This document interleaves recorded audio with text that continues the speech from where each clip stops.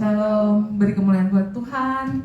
Puji Tuhan, kita bisa berkumpul di tempat ini, yang ada di tempat ini maupun di rumah. Kita masih diberi kesempatan oleh Tuhan untuk datang bersekutu, memberikan persembahan yang terbaik buat Tuhan pada hari Minggu ini.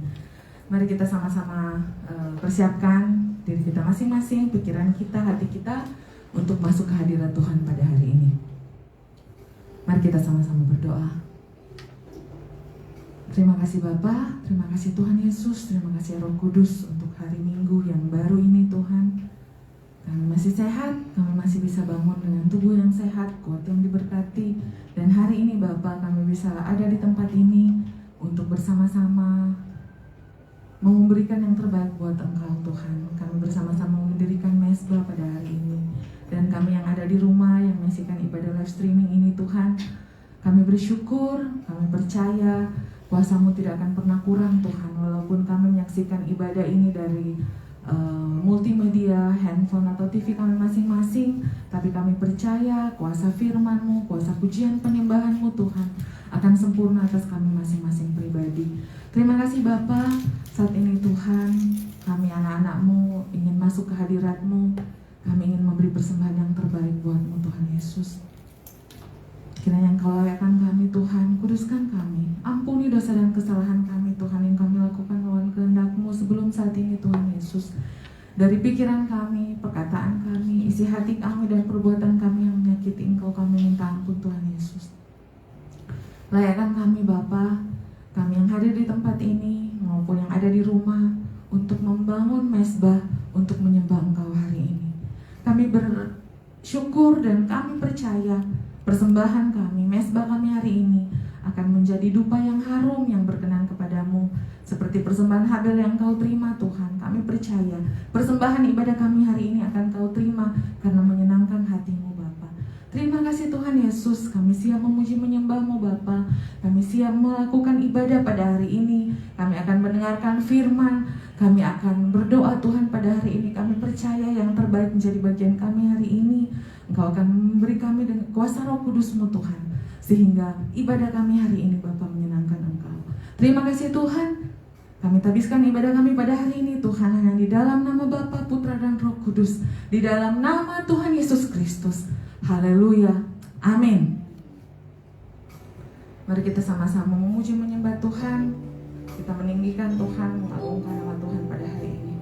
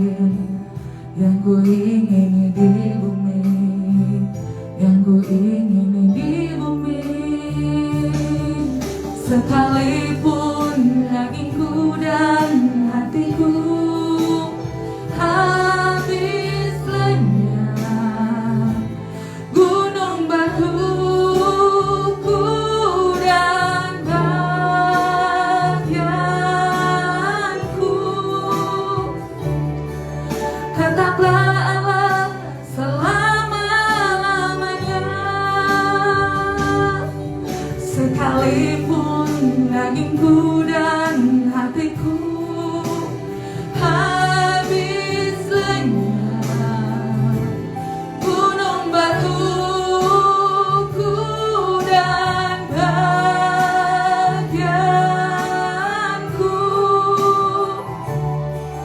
tetaplah Allah selama-lamanya. Sekalipun dagingku dan hatiku habis lenyap. Saya langsung untuk bangkit berdiri.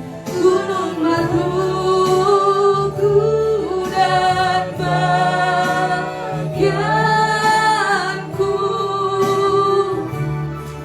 tetaplah Allah selama-lamanya. Tetaplah Allah selama-lamanya. Tetaplah Allah selama-lamanya. Haleluya, Kau tetap Allah selama-lamanya bagi kami Tuhan. Selain Engkau Tuhan, tiada yang kami ingini.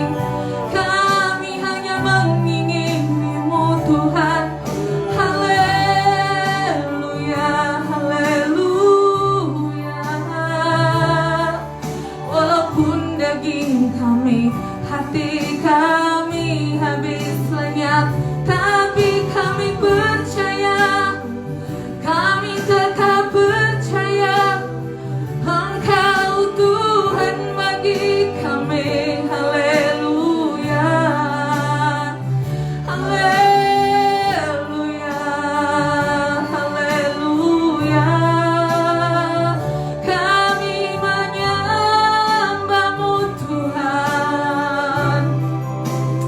Kau Allah yang setia, Kau Allah kuat kami, Kau gunung batu kami, keselamatan kami, Kau benteng kami Tuhan. Haleluya, haleluya. Yesus, mari kita tetap menyembah Tuhan. Kita bermazmur untuk Tuhan. Kita mengungkapkan segala pujian syukur kita kepada Tuhan. Tuhan, walaupun di depan kami terlalu banyak masalah Tuhan, walaupun tubuh kami sekarang digerogoti segala macam penyakit Tuhan, walaupun kami memiliki masalah yang tidak pernah ada solusinya Tuhan sampai saat ini, tapi kami akan tetap percaya bahwa Tuhan Yesus adalah Tuhan kami, bahwa Tuhan Yesus adalah juru selamat kami. Engkau yang sanggup memindahkan gunung masalah kami Tuhan. Kalau Musa Tuhan bisa menyeberangi laut Teberau Tuhan, kami percaya kami juga bisa menyeberangi lautan masalah kami Tuhan. Karena kami tahu kami punya Bapa yang sangat luar biasa dalam hidup kami. Kami bersyukur, kami mau menyembah-Mu, kami mau meninggikan-Mu Tuhan. Haleluya, haleluya. Layaklah Engkau Tuhan terima pujian, layaklah Engkau Tuhan terima hormat kami Bapa. Engkau yang sangat layak dipuja. Haleluya, haleluya, haleluya. Glory bagi nama-Mu Tuhan. Kau tetap Allah bagi kami Tuhan. Kau penyelamat kami, Kau penolong kami, sumber sukacita kami Tuhan. Dalam hadirat-Mu Yesus, kami beroleh keselamatan. Dalam hadirat-Mu Tuhan, kami kuat Yesus. Damai sejahtera-Mu ada atas kami, Tuhan. Haleluya.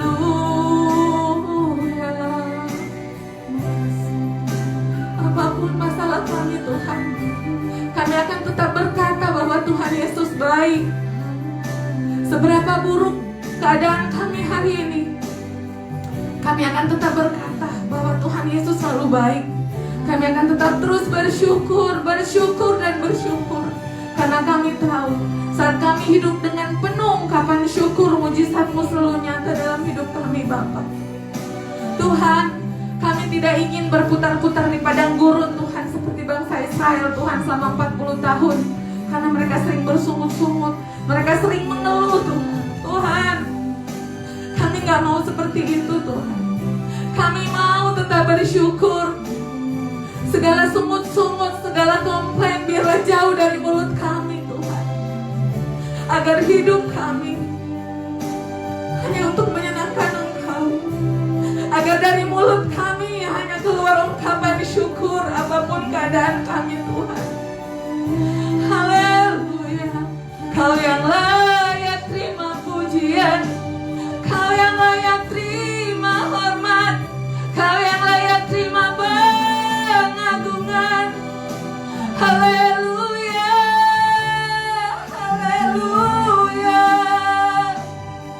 Hadirat-Mu sempurna bagi kami, hadirat-Mu menguatkan kami. Haleluya, haleluya. Engkau layak terima pujian, Kau yang layak terima hormat. Kau gunung batu kami, Kau yang layak disembah, Tuhan.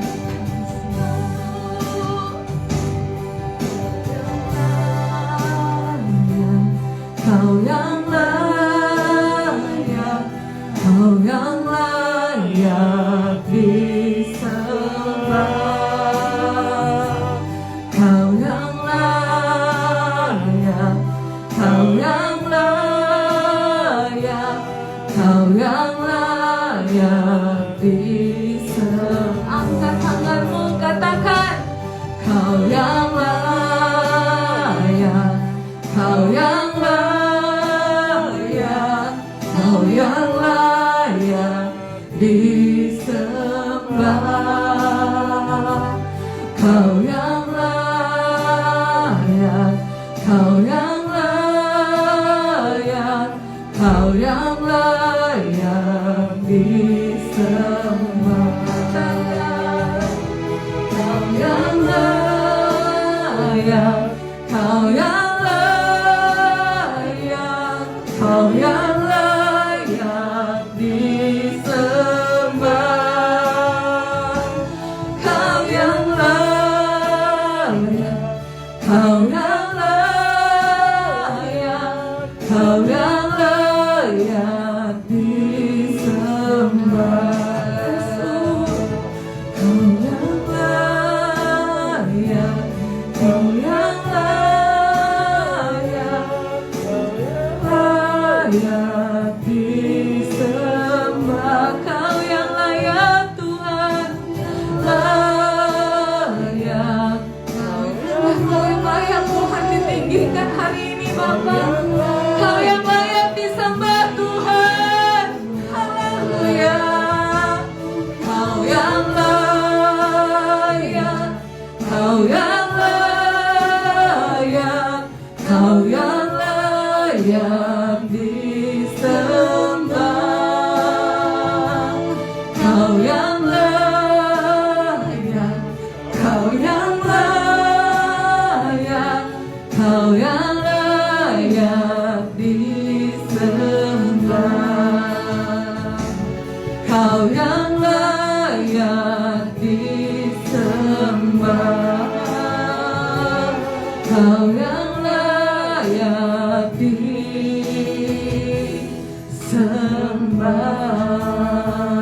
Haleluya, haleluya Yesus. Kau yang layak disembah, Tuhan. Kau yang layak ditinggikan, Tuhan. Kau yang layak diagungkan Tuhan. Terima kasih Yesus, Kau yang layak ditinggikan dalam hidup kami Bapa. Kau yang layak diagungkan dalam hidup kami Tuhan. Kami bersyukur untuk segala apa yang terjadi dalam hidup kami Tuhan. Apapun itu Tuhan, hal yang paling berbahagia atau hal yang paling menyedihkan sekalipun Tuhan, kami akan mau tetap bersyukur. Karena Engkau yang berdaulat dalam hidup kami, Engkau yang paling tahu yang terbaik buat kami Tuhan. Jadi tugas kami hanya memuji menyembah-Mu, hanya bersyukur, hanya meninggikan Engkau dalam hidup kami. Karena kami tahu di balik ungkapan syukur kami, di balik sukacita kami Tuhan, ada mujizat-Mu yang akan nyata dalam hidup kami. Terima kasih Bapa, kasih-Mu yang tidak pernah berkesudahan dalam hidup kami Tuhan. Kami bersyukur. Kami diberi kesempatan oleh-Mu Tuhan untuk mengenal Tuhan Yesus sebagai juru selamat kami Tuhan.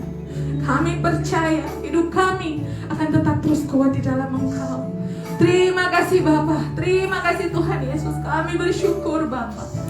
Terima kasih Tuhan, saat ini kami ingin bersorak, kami ingin meninggikan Engkau. Kami akan mengucapkan syukur atas kasih-Mu yang tiada berkesudahan dalam hidup kami.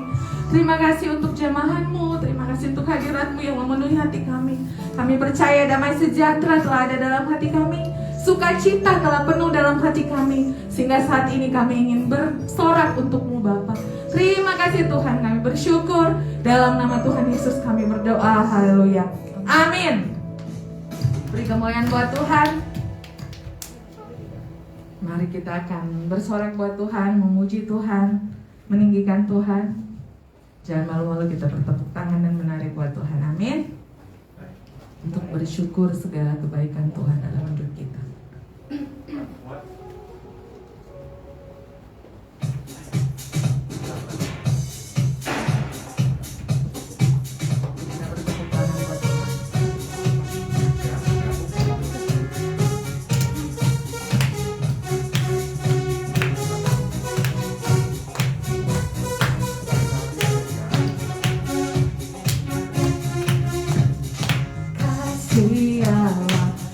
Kesudahan selalu baru setiap hari, rahmat-Nya pun tak pernah berakhir seumur hidupku.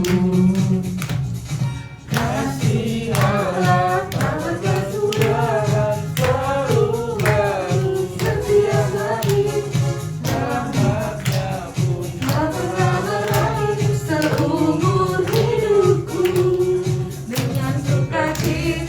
Aku kan menari dengan sorak-sorai memuji, ku naikkan pujian haleluya, nyanyi bagi Dia Sang Raja, nyanyi bagi Dia Sang Raja.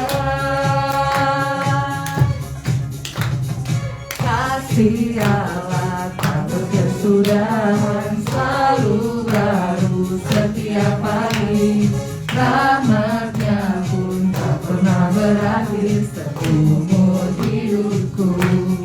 Dengan sukacita ku kan menari, dengan sorak-sorai memuji, ku naikkan pujian haleluya, nyanyi bagi Dia Sang Raja, nyanyi bagi Dia Sang Raja.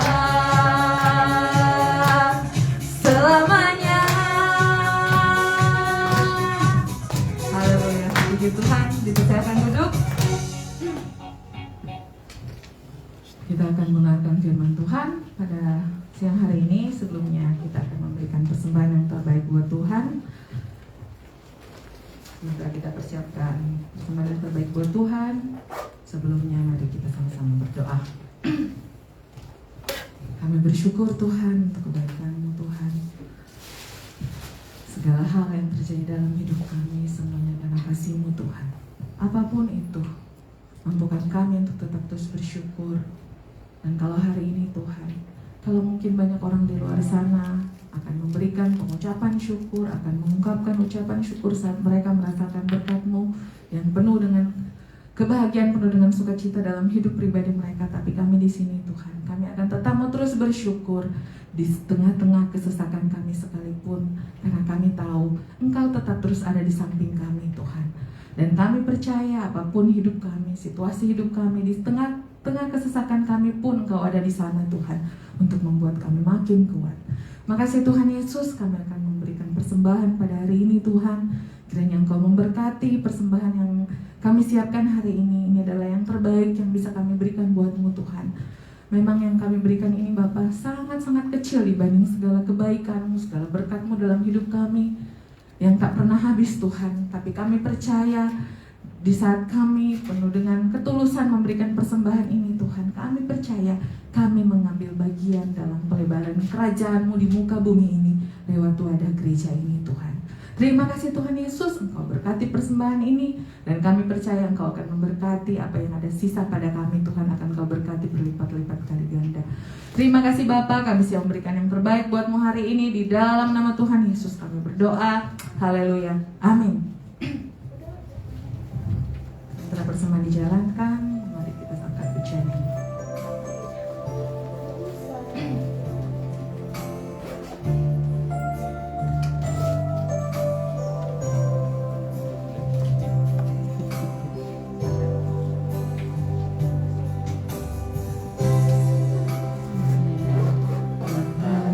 Bersinar, tak selamanya dunia berputar, namun kasih-Mu tetap selamanya. Janji-Mu Tuhan tak pernah berubah, selamanya Ku cintai tempat kediaman-Mu Tuhan, selamanya Ku kagumi. Kasih-Mu tiada batasnya, takkan pernah Kau ku ingkari. Kasih-Mu selalu ada untukku, selamanya Ku cintai, selamanya Ku cintai. Kepada Pak Gembala kami persilakan. Tempat kediaman-Mu Tuhan, selamanya Ku rangkumi. Kasih-Mu tiada batasnya, takkan pernah Kau ku ingkari. Kasih-Mu selalu ada untukku. Kasih-Mu, kasih-Mu selalu ada untukku.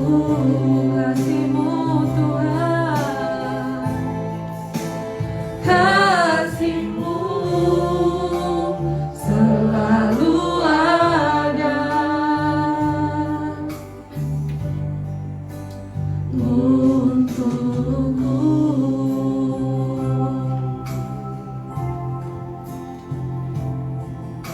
Bersyukur untuk kasih-Mu buat kami, untuk penyertaan-Mu yang luar biasa dan perkenanan-Mu dalam hidup kami. Kalau pada minggu pagi hari ini ya Tuhan, kami duduk di tempat ini semata-mata karena kebaikan Tuhan dan bukan karena kebetulan. Dan pada pagi yang baik ini, kami membuka telinga kami, membuka hati kami terhadap firman-Mu. Dan biarlah firman yang sebentar akan dibagikan memberi kekuatan buat kami, memberi penghiburan, mengajar, menegur, menyatakan kesalahan, supaya kuasa firman-Mu betul-betul terrealisasi, terimplementasi dalam kehidupan kami sehingga kami sungguh dapat dikatakan sebagai pelaku-pelaku firman yang takut akan Allah. Dan untuk hamba-Mu yang tidak ada apa-apanya ini, sembunyikan hamba-Mu di belakang salib-Mu.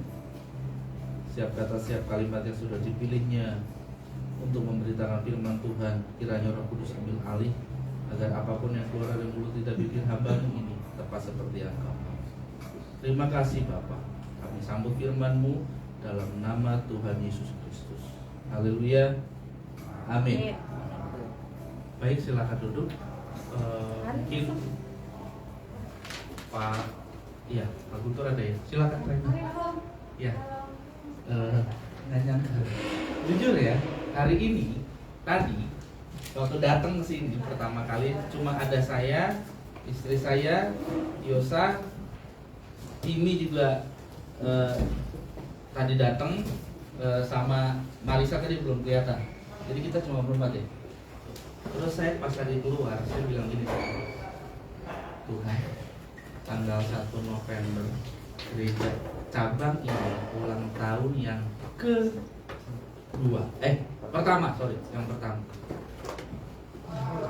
Nggak nambah ya Tuhan, salahku gimana? Sampai hari ini emang sih Tito izin itu 2 orang, tapi salahku gimana ya, kok sepi banget gitu. Tapi nggak apa-apa, dia setidaknya ada jemaat online. Nggak tahu udah banyak orang datang sampai kapasitas ruangannya. Puji Tuhan, silakan. Oke, mungkin ditambahkan. Ini bisa dimajukan lagi ke sini kayaknya di situ. Ya, luar biasa, hari ini padat sekali ternyata. Dan Tuhan langsung berikan penghiburan ini. Luar biasa. Ya. Shalom semuanya. Selamat datang. Nah, nanti tolong kontrol kamera ya, Kak. Oke. Ya, Tuhan hibur itu selalu pada saat yang tepat. Yuk kita buka Keluaran 20 ayat 20-21. Keluaran 20 ini nyala nggak ya? Nyala ya? Kurang kenceng ya? Di mixernya mungkin. Apa di volume Keluaran 20 bisa ditampilin sih? 20-21.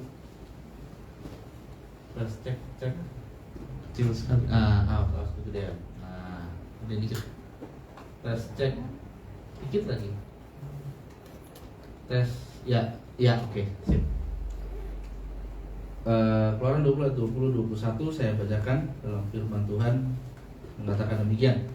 Tetapi Musa berkata kepada bangsa itu, janganlah takut sebab Allah telah datang untuk apa? Untuk mencoba kamu dan dengan maksud supaya takut akan dia padamu agar kamu jangan berbuat dosa. Adapun bangsa itu berdiri jauh-jauh, tetapi Musa pergi mendekati embun yang kelam di mana Allah ada. Ya.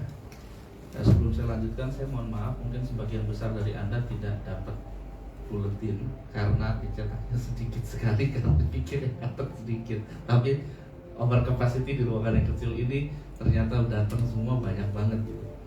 Ya.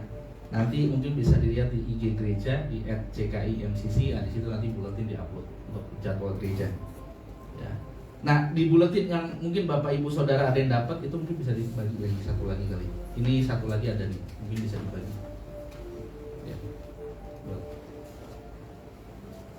Ya, itu saya menulis judul yang sama, menenggelamkan diri dalam hadirat Tuhan. Hanya saja di situ sebagian penjelasan singkat, penuhnya di sini. Nah,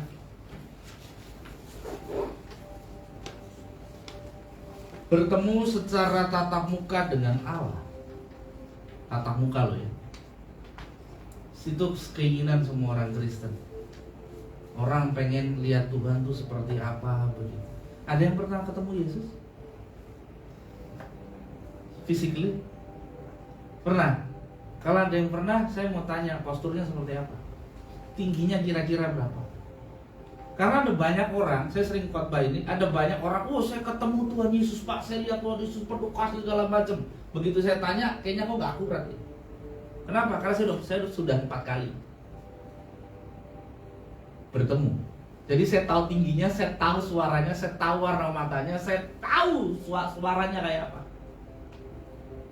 Jadi kalau orang, saya dengar suara Tuhan, gitu ya, saya nggak nanya isinya, saya nanya suaranya dulu, karakteristiknya kayak apa. Kalau nggak sama, lu ngomong doang. Kalau dia nyautnya cuma, wah suaranya penuh kasih, Pak. Suaranya lemah lembut lah, bohong. Itu efek suaranya begitu. Tapi karakteristik suaranya kan suara tuh ada yang berat, ada yang cempreng. Ya kalau musik kan ada sopran, ada tenor, ada alto, ada bass begitu ya. Nah suaranya kayak apa? Itu kan bisa dideskripsikan. Gitu. Nah, semua orang Kristen pengen ketemu Tuhan, pengen ketemu tatap muka. Tetapi ada satu hal, ada satu rumus yang pernah Yesus katakan, bagaimana kita bisa melihat Tuhan. Di Alkitab ada. Bahkan di awal kitab Matius, di dalam ucapan bahagia, salah satunya adalah begini: berbahagialah orang yang suci hatinya, karena dia akan melihat Allah. Nah, orang bisa hatinya suci itu butuh proses yang tidak sebentar. Itu ada masa di mana you jatuh bangun, pasti, tidak mungkin kan? Ada masa di mana you mau menyerah, tapi nggak jadi. Pernah nggak di posisi di mana tuh aku udah gak kuat, pernah nggak gitu? Bener-bener desperate banget, putus asa banget, nggak ada orang yang mau nolong. Pernah nggak?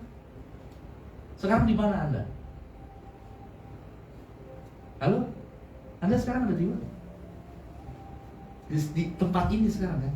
Berarti masa itu udah lewat belum? Kok bisa? Lewat kan? Betul. Nah, proses-proses seperti ini, ketika kita menarik kesimpulan benang merah satu sama lain dari setiap pencobaan, ujian yang kita alami, pasti kita, kalau kita bisa tarik benang merahnya ya, nanti kita akan belajar, oh di sini Tuhan ngajarin ini, oh di sini Tuhan ngajaran ini. Nanti seperti anak kecil bermain puzzle, Anda akan sambungin itu semua, dan baru kelihatan gambar besar. Dan Tuhan selalu begitu. Kenapa?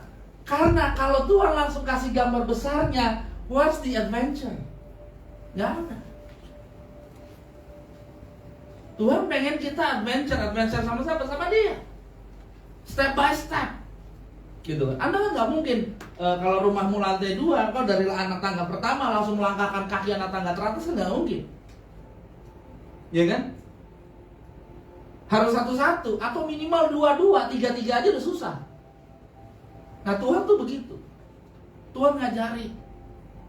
Dan kalau engkau gagal di salah satu anak tangga, engkau harus ulang lagi. Bisa jadi kalau engkau gagal di satu anak tangga, engkau terguling ke bawah, engkau harus ulang dari bawah. The point is, jangan nyerah. Nah, kalau Anda baca 2 ayat ini adalah ayat di mana Tuhan datang ke Gunung Sinai dan memberikan 10 perintah Allah dalam tulisan loh batu. Tadinya Tuhan mau ngomong langsung ke hadapan bangsa Israel. Karena bangsa Israel sebelum peristiwa ini, beberapa hari sebelumnya, Tuhan ngomong ke Musa, bilang begini, suruh bangsa itu puasa. Yang suami istri jangan bersetubuh. Benar-benar kuduskan diri, karena aku akan datang ke hadapan kalian. Physically I will come, gitu. Dan pada hari yang ketiga, beneran Tuhan datang. Tapi datangnya gimana? Dalam segala kemuliaannya. Sekarang coba, saya mau tanya, kalau Anda ke gereja, datang ke gereja ini, kayaknya saya nggak bisa kemana-mana ya. Mau ke sini bunyi, ke sana bunyi. Teknisinya nggak ada tuh. Ya. Kalau datang gereja, tiba-tiba Puri Indah, gerejanya enggak ya. Puri Indah gempa, rumah sakit Pondok Indah roboh, terus Saint Moritz keangkat ke sebelah ke arah Kembangan sana. Lu masih mau ke gereja? Saya tanya lu, takut kan? Itu yang terjadi pada waktu Tuhan datang. Kilat sabung menyambung, gunung-gunung bergetar, asap di mana-mana, suara gemuruh, ngeri kan? Dan Tuhan ada di tengah-tengah itu, awan yang pekat itu. Serem kan? Siapapun pasti takut gitu. Siapapun pasti ngeri. Nah akhirnya bangsa Israel saking ketakutannya ngomong gini sama Musa, Musa, jangan Tuhan deh yang ngomong langsung sama kita. Nanti kita mati. Biar Tuhan ngomong sama lu sampein ke gua. Apapun yang lo ngomong akan gua turutin, turun temurun. Kan begitu. Akhirnya apa? Musa bilang ayat 20 tadi.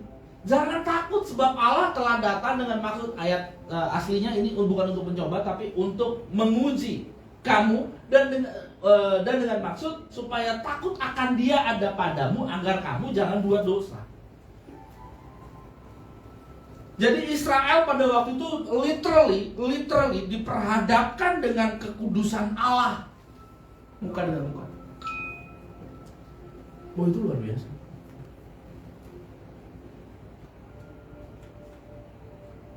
Ya. Kalau di tabernakel di bait Allah, imam besar aja cuma bisa masuk ke ruang maha kudus sekali setahun. Ini satu bangsa, ada yang benar, ada yang nggak benar, ada yang lempeng, ada yang nggak lempeng. Itu Tuhan datang di hadapan mereka semua. Ini something yang unusual, karena Tuhan nggak biasanya begitu. Ya. Nah, karena saking ketakutannya bangsa Israel, Musa coba ayat 21. Bangsa itu berdiri jauh-jauh, saking takutnya. Takut kesamber. Kan listrik apa? Petir sabung menyambung kan? Ya kan? Takut kesamber. Gitu. Akhirnya berdiri jauh-jauh. Nah, tetapi Musa pergi mendekati embun yang kelam di mana Allah ada. Nah, pertanyaan saya, ini lihat perbedaannya nggak dengan sikap orang Israel sama sikap Musa? Kenapa Musa berani? Kenapa orang Israel enggak? Yang pergi ke embun yang kelam siapa? Cuma Musa. Di situ ada nggak penerus Musa? Yosua dan Kaleb. Ikut bareng Musa atau enggak?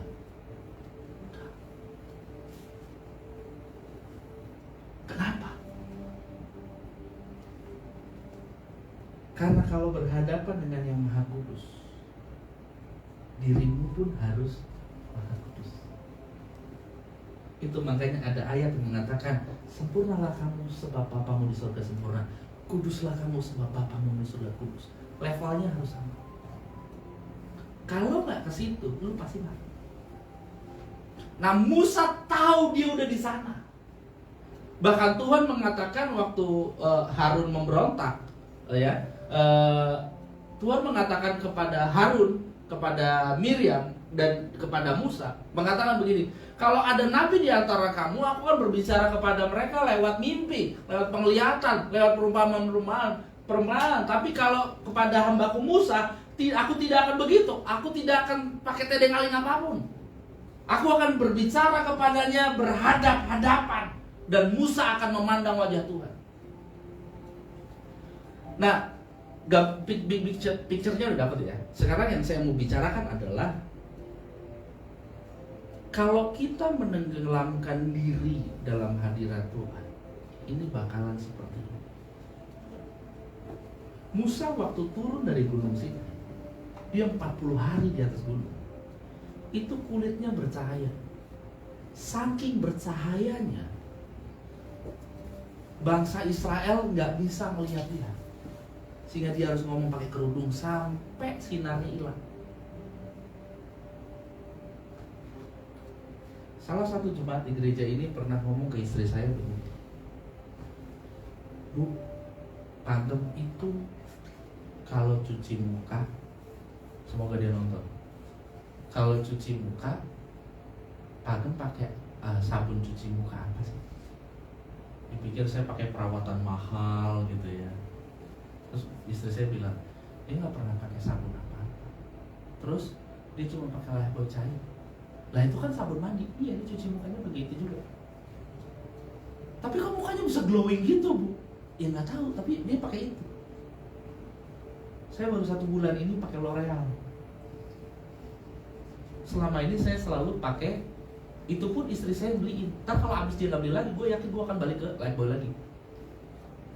Karena saya untuk mandi, kemudian sampai di leher, kemudian buka sabun lagi, males. Kan enak, ceklek sekali udah semuanya beres, selesai, kan gitu kan, cepet, gitu loh. Kenapa bisa begitu? Ada orang-orang tertentu di mana you lihat wajahnya, itu kok mukanya enak banget dilihat gitu. Salah satu hamba Tuhan yang paling senang saya lihat wajahnya adalah Pastor Yose Carroll. Entah kenapa, seneng aja ngeliat mukanya gitu. Umurnya udah 50 lebih, tapi mukanya funny gitu. Enak aja dilihat gitu. Ya. Nah, ada orang-orang kayak gitu. Ya mungkin saya nggak tahu kalau Yosef Carroll mungkin dia facial apa mungkin ya. Saya nggak tahu juga. Saya nggak yakin dia pakai lifebuoy juga sih. Ya. Nah, kemuliaan Tuhan selama kita menenggelamkan diri dalam hadirat Tuhan, kemuliaan itu nempel. Oke.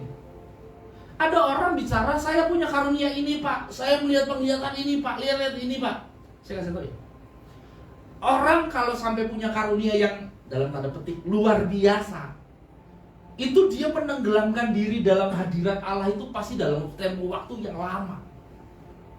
Ketika orang menenggelamkan diri dalam hadirat Tuhan dalam tempo waktu yang lama, karakternya mesti rubah. Lah kalau karakternya gak rubah terus dia bilang, Pak saya dapat penglihatan. Suatu saat Bapak pergi ke gereja naik kereta emas kudanya 8. Itu kan sulit dipercaya. Itu loh. Jadi lebih baik engkau tidak punya karunia-karunia, tapi karaktermu, buahmu baik. Karuniamu itu penting memang, tetapi buah roh itu lebih penting.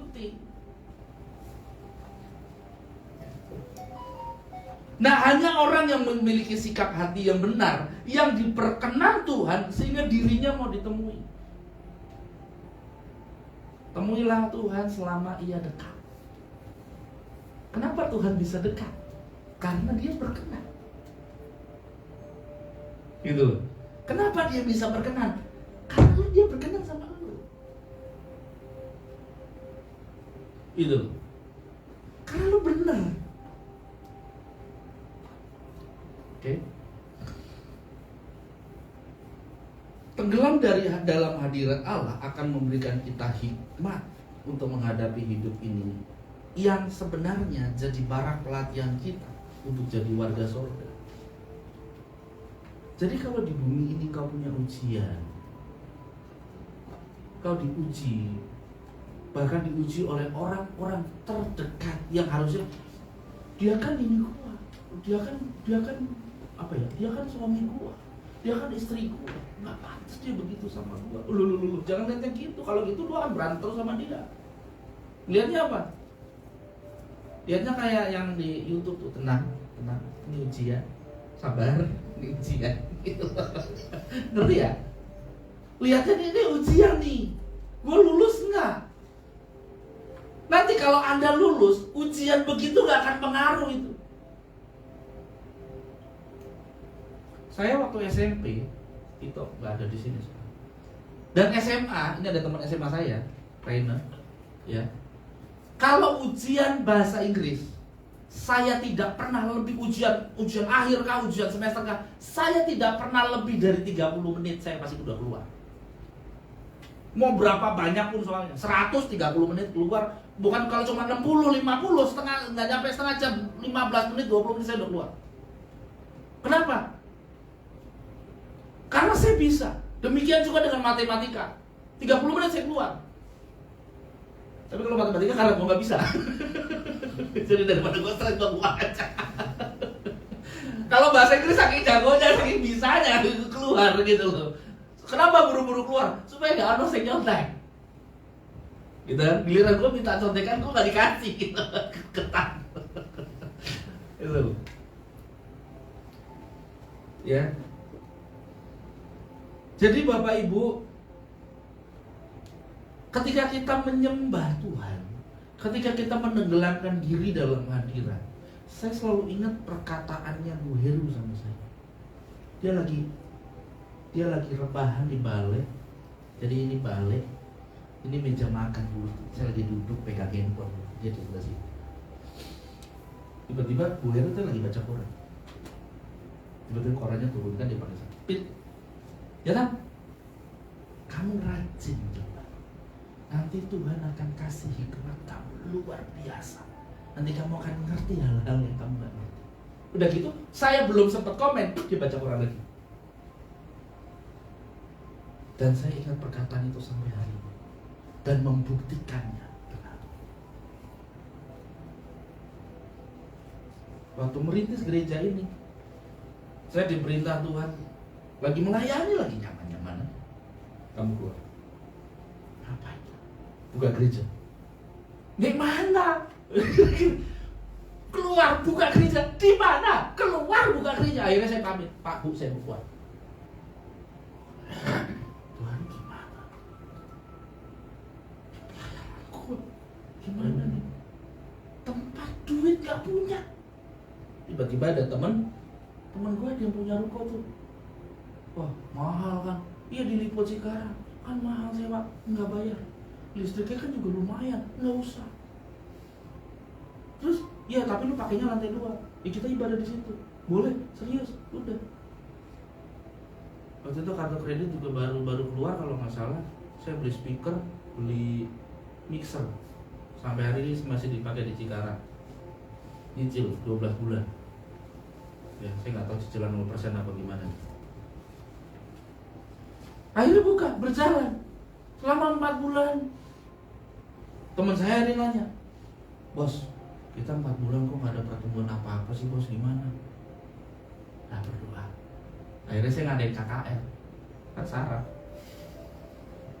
Gereja di Ruko, ngadain KKR, manggil pengusaha yang jadi pendeta yang terkenal, anaknya TD Pardede, Pak Joni Pardede. Dia datang dengan timnya, pakai Alphard mewah, datang ke ruko kecil, AC-nya cuma 1, AC tua, panas lebih panas dari sauna. Waktu itu saya tuh duduk di pinggir tangga ruko, saking padatnya orang. Itu kapasitas orang itu cuma 30 aja udah gak nyaman itu 50 ada itu. Saya sampai duduk di pinggir tangga, nggak ada bangku lagi. Ada yang duduk di bawah, ada yang anak-anak itu di bawah, sama siapa itu, berapa orang di bawah, karena nggak muat ke atas.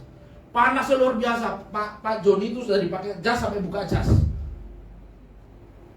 Fotonya masih ada sampai sekarang. Akhirnya begitu, Tuhan gimana Tuhan, ini nggak muat lagi kapasitasnya. Saya berdoa lagi. Di Cikarang keliling cari hotel. Saya cari hotel bintang 2, bintang 3, semuanya nggak ada yang masuk budget.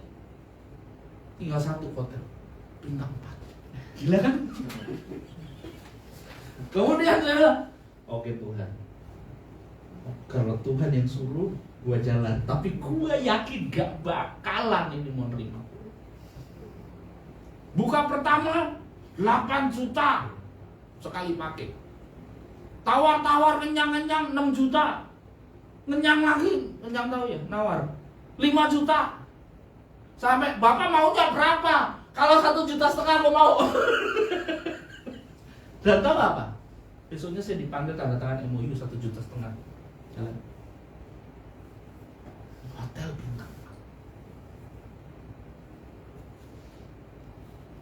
Ah, itu gimana bisa begitu? Ya menenggelamkan diri dulu sama Tuhan. Ya, kita latihan.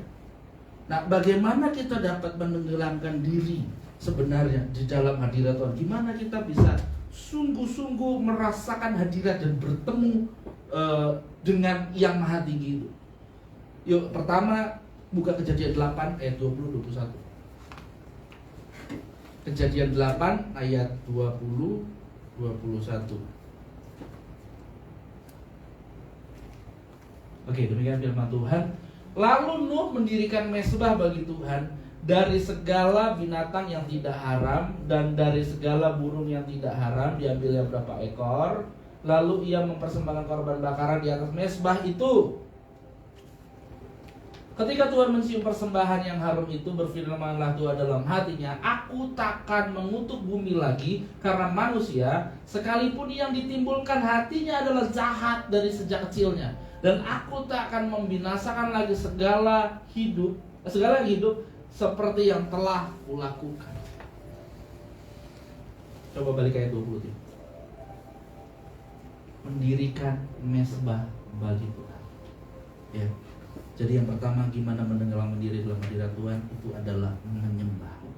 Ingat ya, menyembah itu tidak pernah jauh dengan persembahan. I'm not asking your money. Bukan. Persembahan itu tidak senantiasa berupa uang. Oke? Siapa yang rajin perpuluhan?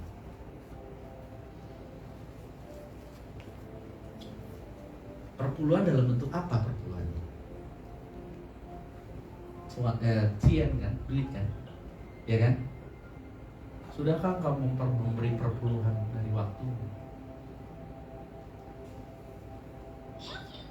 That means 2.4 hours each day. Sebulan sekali. Sudah? 1 bulan sekali engkau memberikan 2,4 jam waktu buat Tuhan. Gak ada yang mikir sama-sama kan?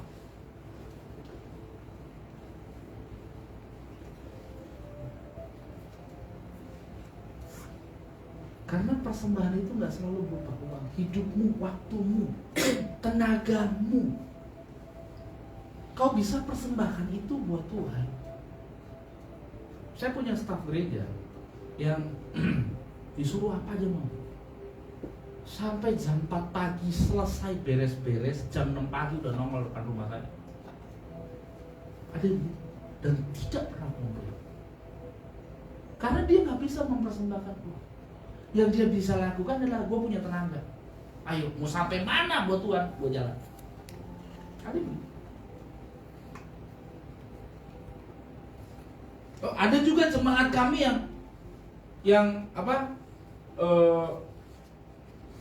Mungkin tenaga nggak punya, tapi kalau dimintain tolong, ini butuh dana sekian. Oke, nggak pernah kumpul, langsung ada yang gitu. Karena kapasitas masing-masing orang berbeda. Tetapi kalau engkau mengerti bahwa hidupmu harusnya jadi penyembahan, engkau akan lakukan penyembahan itu dengan segala yang ada di hidupmu. Apapun itu, apa yang menonjol di hidupmu, lakukanlah penyembahan dengan itu.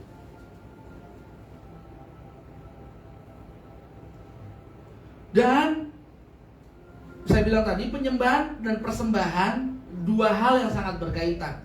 Kita gak bisa menyembah tanpa adanya persembahan. Dan menyembah itu harus dengan sikap hati yang benar, ya. Kalau kita menyembah dengan sikap hati yang benar, itu selalu, sekali lagi, selalu bawa pengaruh besar dalam setiap keputusan Tuhan. Bukan kita. Oke? Kita kan menyembah Tuhan. Itu mempengaruhi keputusan Allah. Cek. Nuh mendirikan mezbah bagi Tuhan. Ya. Terus ayat 21. Tuhan mencium persembahan yang harum itu, berfirmanlah Tuhan dalam hatinya, aku tidak akan mengutuk bumi lagi. Berarti sebelum ada persembahannya Nuh, Tuhan berpotensi ngutuk bumi lagi gak? Dan itu apa? Kejahatan manusia tidak akan mempengaruhi suasana hatinya. Cuma gara-gara persembahannya Nuh. Jadi penyembahan dan persembahanmu affects God, mempengaruhi Tuhan.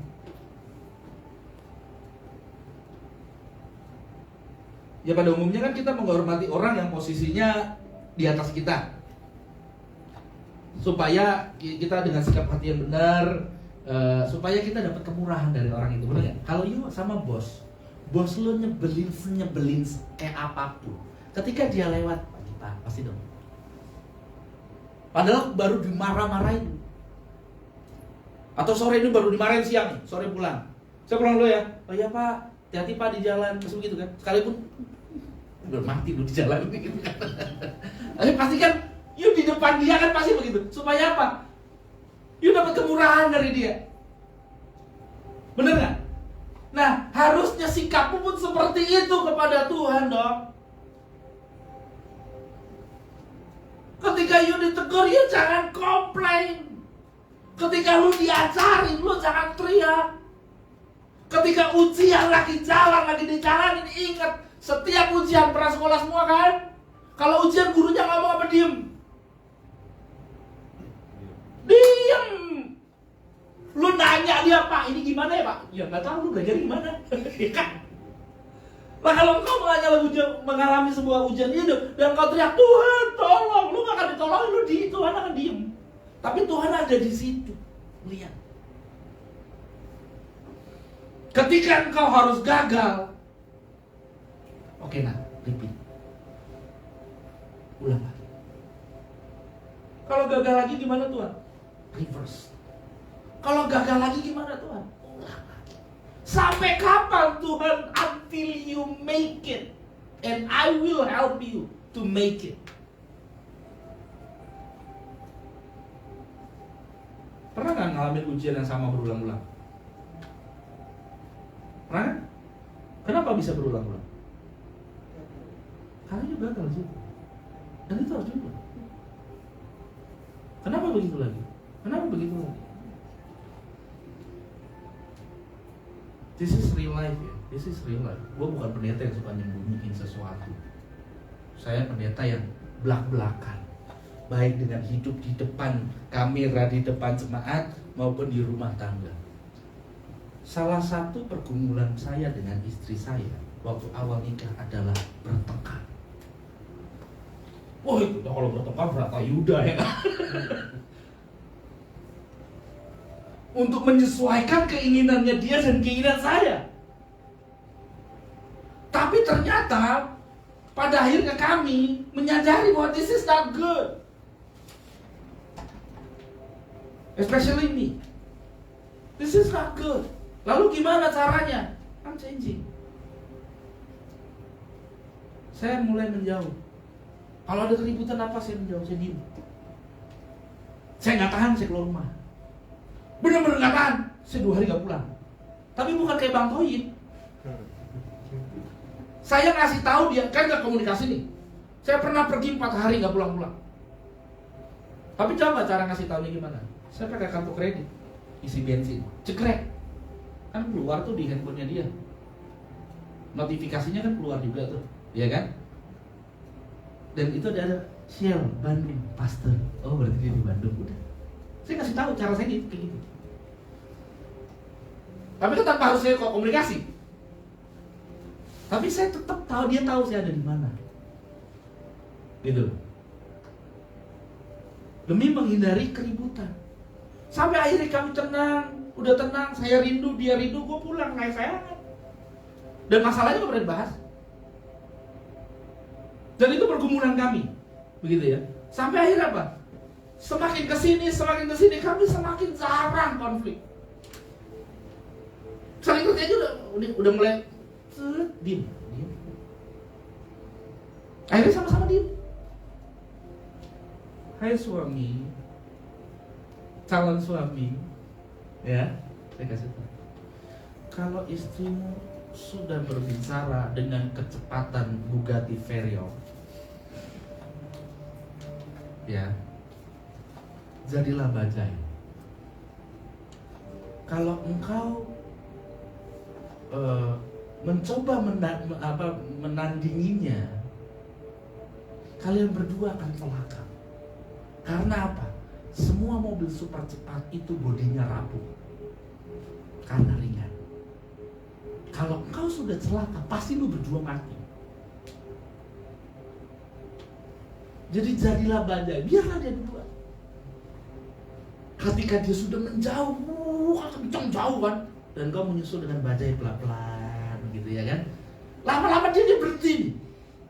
Karena biasanya mobil super cepat bensinnya boros. Bajai, oli campur bensin, irit. Begitu nyampe bareng, dia pasti ngomongnya begini. Kamu, aku kan udah bilangin, jangan begitu, dibikin lagi. Dia udah menyamakan Bugatti-nya dengan kecepatan bajai. Setelah itu keluarlah dari bajai, cium dia, selesai urusan. Engkau naik Bugatti. Jadi benar. Hei istri, calon istri, kalau suamimu marah dengan tatapan mengintimidasi, engkau juga jangan begini. Apa lu? Karena tipe laki-laki adalah lu jual, gua tawar. Gak mau ditawar, gua borong lu sekalian. Ya, jangan gitu. Kalau suami udah marah, diam aja dulu. Nanti suami justru akan kasihan. Tapi kalau lu pendek, laki lu tinggi gitu. Terus lu mau apa? Emang lu mau apa? Wah, lu nggak dilipet bagus. Di gereja kami ada yang suaminya agak tinggi, istrinya pendek. Saya kadang-kadang suka mikir, pendeknya tuh jomplangnya rada jauh gitu. Mikir nih kalau bertengkar gimana?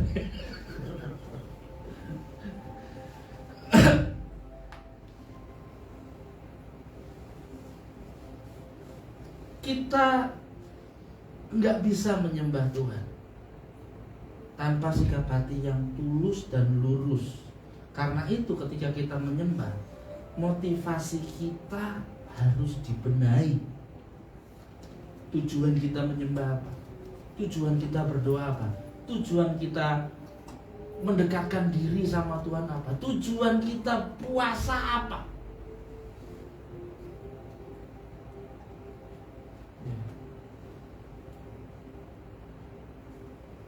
Jangan menyembah dengan mengharapkan Tuhan akan terkesan, karena suara malaikat jauh lebih merdu daripada suaramu. Tetapi menyembahlah karena Tuhan memang layak untuk disembah. Itu aja motivasi. Menyembahlah karena Tuhan sudah baik. Itu aja. Jangan menyembah dengan mengharapkan sesuatu. Berdoa, ya memang berdoa kita minta sesuatu sama Tuhan. Contoh kecil ya, saya beberapa hari yang lalu baru dirawat di rumah sakit. Kaget ya? Saya beberapa hari lalu baru dirawat di rumah sakit. Ya, saya nggak kasih tahu banyak orang, sedikit aja. Ya, saya lemas sekali. Gula saya hampir 300. Saya diinfus. Ini bekas infusnya masih ada. Ya. Pulang dari sana, gulanya bukan turun, naik. Kok bisa nggak dikasih obat ya? Intinya rumah sakitnya rada gemblung lah, udah itu. Ya, akhirnya saya milih perawatan di rumah. Saya kerawat diri sendiri seperti sedia kala. Semakin lemas. Bahkan saya beberapa hari lalu hampir ngompol di tidur malam saya, karena gula sudah di 9 tinggi. Karena saya, dan dokternya tahu nggak? Saya nanya gitu, dokternya, saya bilang gitu, dok, sebenarnya saya sudah tahu jawabannya, cuma saya pengen ngetes dia. Dok, saya bisa sembuh. Gimana ya Pak ya? Ya paling bisa dikontrol aja Pak. Maksudnya, ya gulanya dikontrol, asupan makanannya. Yang saya tanyakan saya bisa sembuh. Ya Bapak masih muda ya, kita berharap aja semoga bisa sembuh gitu. Sekalipun sulit. Dia ngomong gitu. Dengan arti apa? Pak, lu gak bisa sembuh.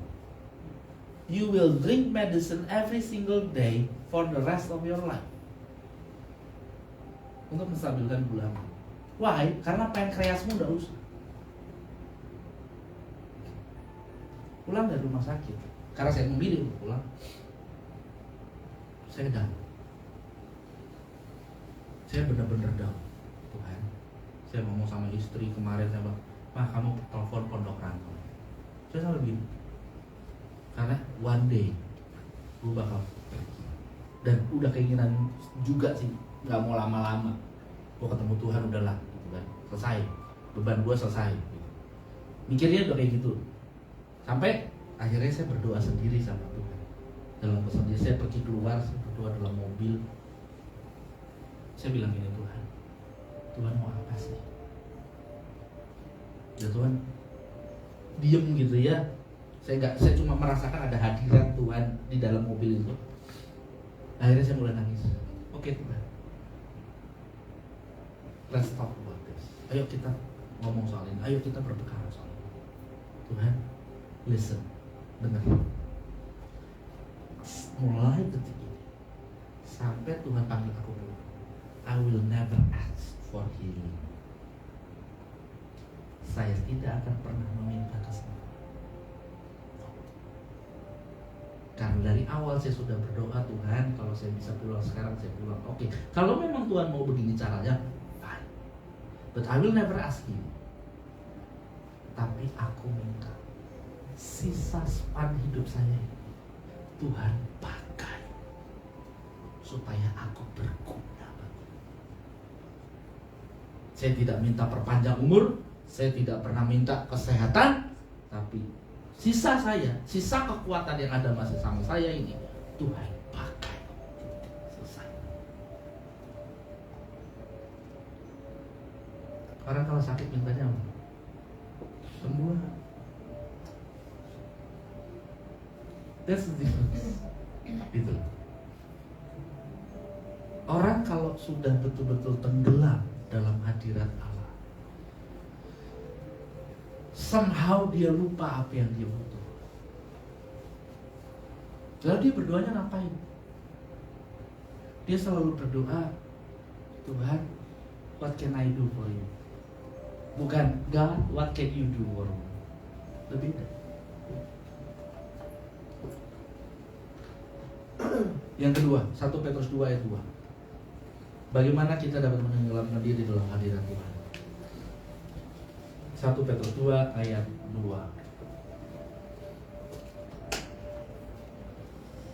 Dan jadilah sama seperti bayi yang baru lahir, yang selalu ingin akan air susu yang murni dan yang rohani, supaya olehnya kamu bertumbuh dan beroleh keselamatan.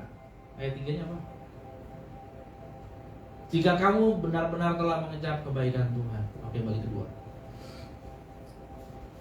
Yang kedua, gimana kita menenggelamkan diri dalam hadirat Tuhan, yaitu hidup dalam ketulusan. Orang tulus itu punya nutrisi khusus dari Tuhan. Kenapa saya bilang begitu? Ayat ini ngomong begitu soalnya. Orang tulus punya nutrisi khusus dari Tuhan yang gak bisa didapat dari mana.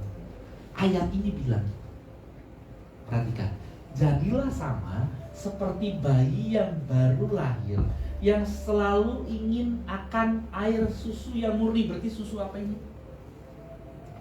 Air susu ibu. Hanya di air susu ibu ada yang namanya kolostrum. Tahu kolostrum? Kalau Anda beli susu CNI dan sejenisnya, itu ada susu kolostrum. Itu mahal sekali susunya. Dan di susu manapun tidak ada kolostrum alami. Hanya di air susu. Jadi orang yang tulus hatinya punya nutrisi khusus dari Tuhan, sehingga bertumbuh dan beroleh keselamatan ini nyata dalam hidup. Dia pertumbuhannya benar. Anda sekarang ada di gereja sini, oke? Kalau Anda ingin bertumbuh, tertanamlah di sini. Karena engkau nggak bisa bertumbuh tanpa tertanam. Kalau engkau cari gereja lain, nyobainlah di sini mungkin lebih baik. Oh, di sini mungkin lebih ngetren, fasilitasnya lebih banyak. Oh, gedungnya lebih besar, pendetanya khotbahnya lebih keren. Kemudian ada lagi yang lebih keren lagi, engkau pindah lagi. Lu bukan bertumbuh, lu jadi bajing muncak. Kalau mau bertumbuh, tertanam di satu tempat, bertumbuh. Setelah bertumbuh, engkau baru berbuah. Karena nanti pada akhirnya, at the end of the day, Tuhan tanya, buahmu mana? Lah ketika kan berbuah itu tepat pada musimnya kan. Musimnya berbuah, Tuhan datang, benar nggak? Ketika Tuhan datang buat metik buah sebagai pemilik ladang, dan dia menanyakan kepada kita, buahmu mana? Sedangkan kita tertanam aja belum. Selesailah engkau.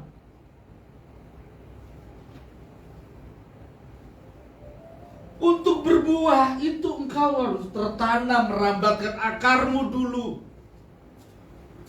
Proses tersulit dalam sebuah bangunan apanya? Fondasinya. Atas mah cepet banget. Waktu you berakar, waktu you bertumbuh, itu proses tersulit. Di gereja manapun lalu pasti ribut sama orang kok. Cobain aja. Pasti ada sesuatu yang nggak membuat dirimu nyaman di situ, pasti. Kenapa? Karena firman Tuhan udah ngomong. Besi menajamkan besi, manusia menajamkan sesamanya. Kalau lo nggak tahan ditajamin karena gesekan yang panas, kalah ya sudah. Tapi you pindah lagi ke tempat lain, di sana ada besi lain yang akan menajamkan dirimu. Kalau itu yang Anda cari itu. Lebih baik apa? Kalau engkau sudah tertanam di sini, ya wis di sini. Mungkin nanti engkau akan berkonflik dengan sesama jemaat atau berkonflik dengan saya mungkin. Oh, kalau jemaat Cikarang udah kenyang itu. Konflik sama saya. Sampai tunjuk-tunjukkan gini. Benar. Tapi nyatanya mereka stay di sana tuh. Kenapa bisa gitu? Proses. Akhirnya mereka jadi orang-orang yang setia tuh. Sama orang, termasuk orang yang saya disuruh apapun mau. Itu udah sempat tegur, sempat keras saya sama dia. Akhirnya bertahan. Jadi Bapak Ibu, jangan pernah ke gereja yuk cari nyaman. Kalau mau cari nyaman ke sana. Karena ke gereja ini, engkau masuk ke gereja secara rohani, engkau lagi masuk ke barak pelatihan militer, di mana lu bakalan masuk ke lumpur, lu bakal guling-guling. Biasa bangun jam 8 pagi, jam 5 pagi lu harus bangun. You dilatih di sini supaya karena you domba. Kalau you domba nggak diperlengkapi di sini, Pak Bu, di luar sana isinya serigala semua. Dan kau adalah domba yang diutus di tengah serigala. Kalau lu nggak diperlengkapi di sini, nggak dibikin gesit di sini latihan, gimana lu mau lari dari serigala? Yang nyerang lu bukan satu, mungkin lu sendirian di sana, yang nyerang lu 8. Karena serigala selalu berkelompok. Tahu kan yang selalu nyerang berkelompok? Kan gua nggak ngomong kan. Halo?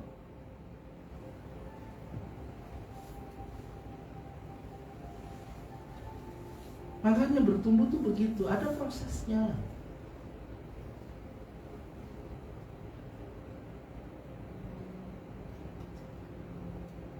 Sebuah pengorbanan gak akan terjadi tanpa adanya ketulusan hati. Pelayanan ini itu butuh pengorbanan. Kamu tinggal di mana? Di Taman Mini. Taman Mini. Kamu? Bekasi. Saya Cilengsi. Teman saya nih dari mana? Pondok Gede. Apa nggak pengorbanan? Cawang. Dari mana? Dadap. Ya kan? Jalan Prancis sana. Nah, tuh.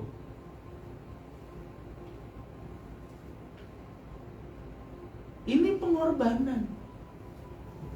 Waktu saya melayani dulu masih pekerja, Selincing Bogor Pak Bu, naik motor, belum naik motor saya naik angkot. Tiba selalu lebih awal, pulang paling telat. Kok bisa gitu? Ini ketulusan itu. Kalau you pelayanan ya tulus. Syukur you dapat, kalau misalnya pekerja-pekerja nih, kalau you dapat berkah dari pelayanan ini, puji Tuhan. Kalau nggak dapat ya puji Tuhan.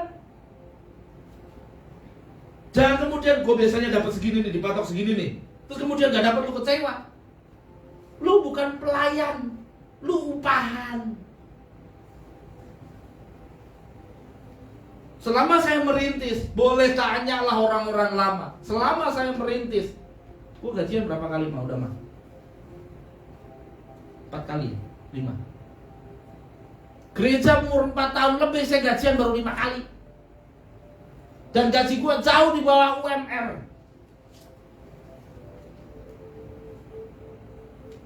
Kok Bapak bisa hidup? Lu tanya sama bos gue. Saya juga kadang bingung. Saya masih bisa nolong hamba Tuhan.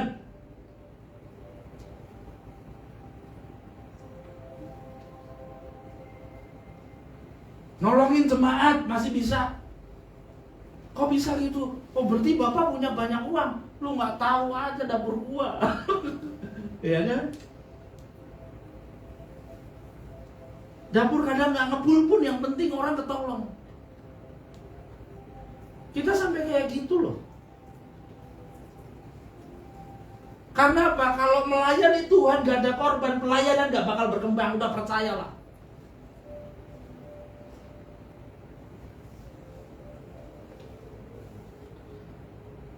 Dan ini penting. Hubungan yang baik terjalin dengan baik karena hati yang tulus. Benar, kamu bisa mau menikah karena berhubungan dengan sama-sama tulus. Akhirnya sepakat mau nikah. Bener kan? Bukan dijodohin kan? Nah, karena hati yang tulus, ketemu, mau nikah, sepakat. Akhirnya mempertemukan kedua orang tua. Orang tuanya mereka sepakat. Itu butuh ketulusan, dan itu gak gampang menyatukan dua dunia yang berbeda. Gak mudah. Perjuangan Muna di 5 tahun pertama pernikahan, percaya saya, berjuang mati-matian. Ngapain? Nyocokin karakter. Pak modal itu, lu percaya aja. Sekarang Pak, dia baik kok Pak. Terus kamu juga bilang, oh dia baik kok Pak. Iya, karena lo kan belum tinggal satep. Kalau belum tinggal satep, baru oh ternyata, ya kan? Tapi jangan gue ngomong gini lu gak jadi nikah ya. Iya kan?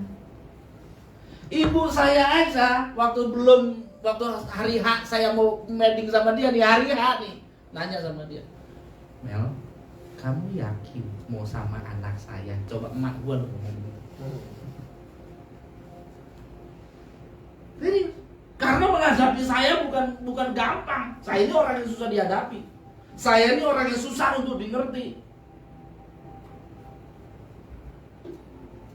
Bener. Kalau dia sampai mau, kalau bukan dari Tuhan gak mungkin. Sama juga, dia juga orang sulit dimengerti. Ya kan? Cuma saya yang bisa ngerti dia. Lu mau coba-coba aja kalau bisa ngerti. Ajaib, gak mungkin. Nanti masing-masing orang juga, ya nggak mungkin lu bisa dimengerti orang lain, nggak bisa. Pasanganmu yang bisa ngerti dirimu, nggak mungkin. Itu loh. Engkau nggak akan bisa mencoba mengerti seseorang sedemikian dalam kalau engkau bukan pasangan. Nah, saya Mentoknya hanya engkau berempati. Nah, demikian juga dengan Tuhan. Engkau gak akan bisa mengerti Dia kalau engkau nggak jadi mempelainya.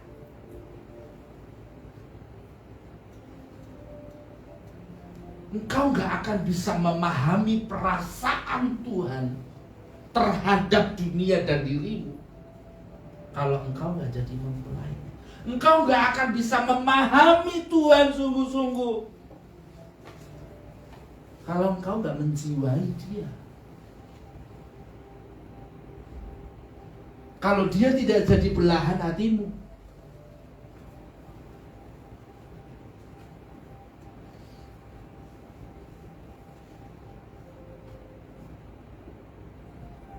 Dan tanpa sikap hati yang tulus, mustahil dapat masuk dalam hadirat Tuhan. Yang ketiga, yang terakhir, Lukas 18 ayat 13 sampai 14. Lebih cepat kan? Tetapi pemungut cukai itu berdiri jauh-jauh, bahkan ia tidak berani menengadah ke langit, melainkan ia memukul diri dan berkata, "Ya Allah, kasihanilah aku orang berdosa ini." Yang ketiga, yang pertama tadi apa? Menyembah. Yang kedua, hidup dalam ketulusan. Yang ketiga, sadar diri. Nah, perikop ini adalah perikop di mana ada orang seorang Farisi sama pemungut cukai. Orang Farisi bilang, "Tuhan, aku datang ke bait Allah, udah menyembah, aku kasih perpuluhan, aku hormat sama orang tua, aku semua hukum Taurat aku lakukan." Tidak seperti orang pemungut cukai itu. Saya mau tanya, orang Farisi ini melakukan firman kan? Halo? Yang tadi kasih perpuluhan dan sebagainya, lakukan firman kan? Lakukan. Perpuluhan kan perintah. Hormat sama orang tua kan perintah, dia lakukan. Tapi sikap hatinya dia tidak sesuai dengan aturan. Dia selalu dia merasa bahwa dirinya karena sudah melakukan hal ini dan itu, dia merasa sudah melayani, dia merasa dirinya lebih tinggi dari orang lain.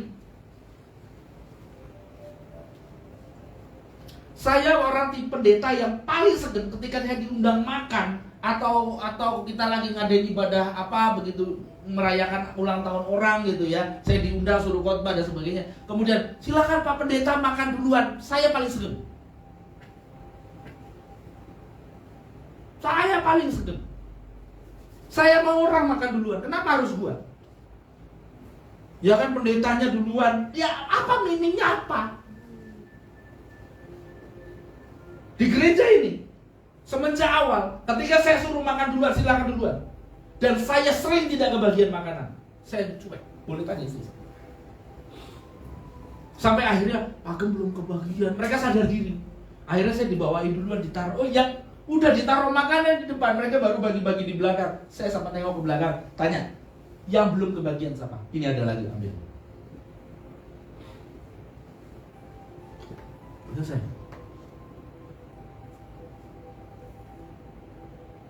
Jadi kita nih hamba Tuhan, ya.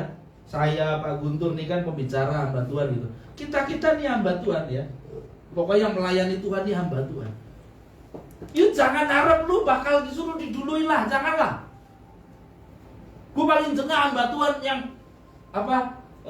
Silakan Pak, orang sampai nunduk-nunduk gitu kan. Terus jalan, aduh. Gua kalau ngeliat gereja gede gitu ya, salaman sama gembalanya gitu. Salam Pak, ya ilah. Lu sama manusia lu nunduk-nunduk di belakang dia, di belakang semua ketika orang gak lihat. Hidup lu di depan Tuhan, belangsak lu matatin Tuhan, coba lu bayangin. Fakta gak begitu?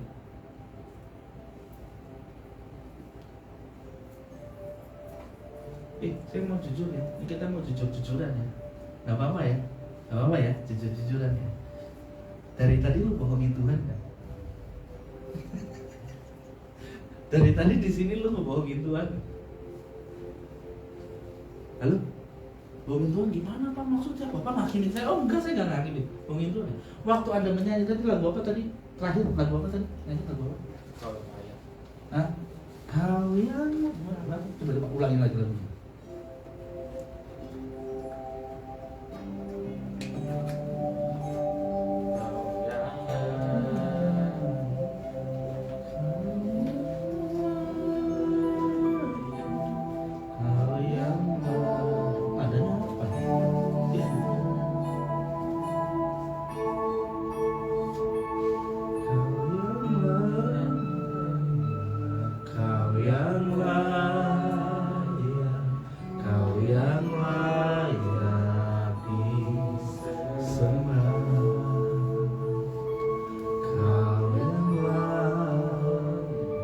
Waktu engkau nyanyi lagu ini dan engkau mengangkat tangan, saya mau tanya, hanya tanganmu saja yang terangkat dan mulutmu kamat kamit, apa hatimu bilang gitu?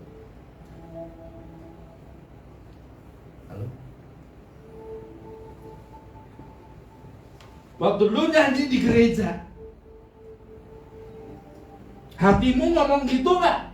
Dan jangan berhenti di hatimu, hidupmu bicara begitu nggak ketika nggak di gereja? Itu baru nyembah.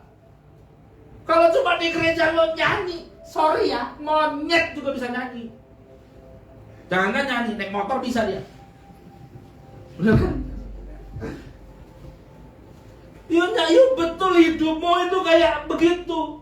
Engkau memuji ya memuji, hidupmu di luar itu lo jadi pujian. Itu makanya firman Tuhan, jadilah surat Kristus yang terbuka yang dapat dibaca semua orang. Yuk dari Minggu ke gereja, supaya Senin sampai Sabtu yuk jadi gereja di luar. Lah kalau hari Minggu aja lu bohongin Tuhan, pasti dari Senin sampai Sabtu lu bohongin orang di luar. Bener nggak? Kalau tersinggung berarti masih punya perasaan. Di gereja tuh begitu, di sini begini, di sini tuh begitu. Tempeleng, pakpok, bodoh amat saya. Kenapa? Karena sekarang banyak gereja-gereja yang cuma ngasih yang manis-manis doang. Berkat. Saya kasih tahu ya. Berkat itu diperintah. Berkat itu diperintah. Yuk hidup benar, Tuhan akan perintahkan berkat. Yuk gak perlu kejar. Aku mau ngasih perpuluhan supaya tingkap-tingkap langit terbuka. Lu nyari Tuhan apa nyari tingkap langit? Kasih perpuluhan dengan ucapan syukur. Kewajiban memang, tapi dengan ucapan syukur. Tanpa ucapan syukur, perpuluhanmu bukan jadi berkat, jadi kutuk iya. Kasih persembahan sukarela pun dengan ucapan syukur. Kalau karena paksaan, itu pun di dalam gak benar jadinya. Ngasih persembahan juga yang terbaik. Di situ ada 100 ribuan banyak, 2001 lu bukan kasih 100 ribu, 2000 lu kasih. Gitu juga nggak bener. Yang terbaik mana? Oke lah, pasti nggak punya uang 100 ribu, suruh saya 2000 semua. Oke 2000, cari yang paling gampang.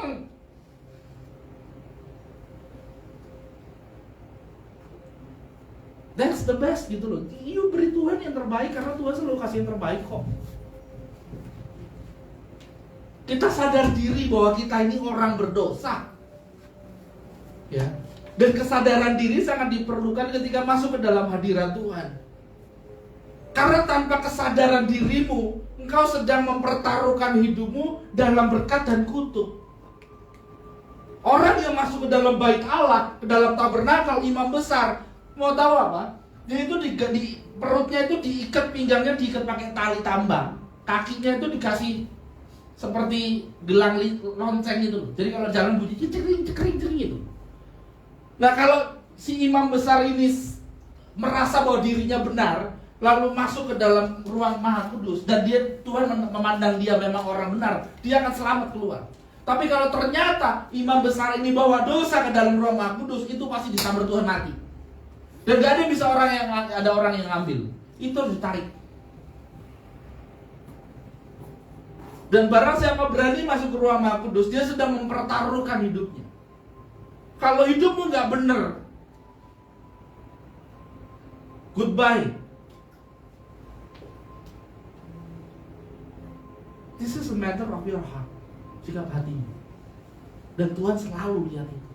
Dari dulu Tuhan selalu lihat itu.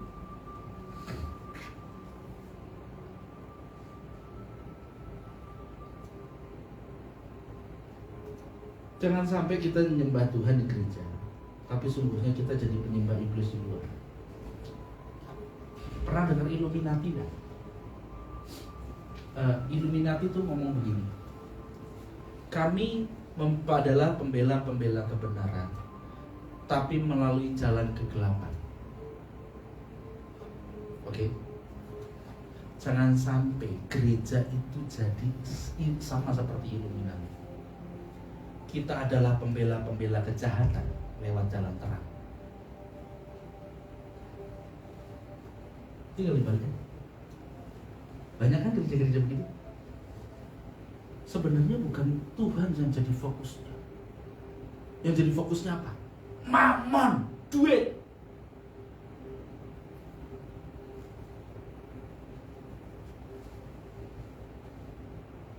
Serius. Dan banyak orang tersandung. Gembala boleh kaya nggak? Bingung nggak lu? Gembala boleh kaya nggak? Boleh. Tapi gembala nggak boleh ingin kaya. Karena kalau ada keinginan mau kaya, dia udah mikirin mamon, mikirin duit. Tapi kalau kemudian dia kaya karena berkat Tuhan, ya sudah, oke. Tapi kalau udah ingin kaya, itu salah. Gitu loh.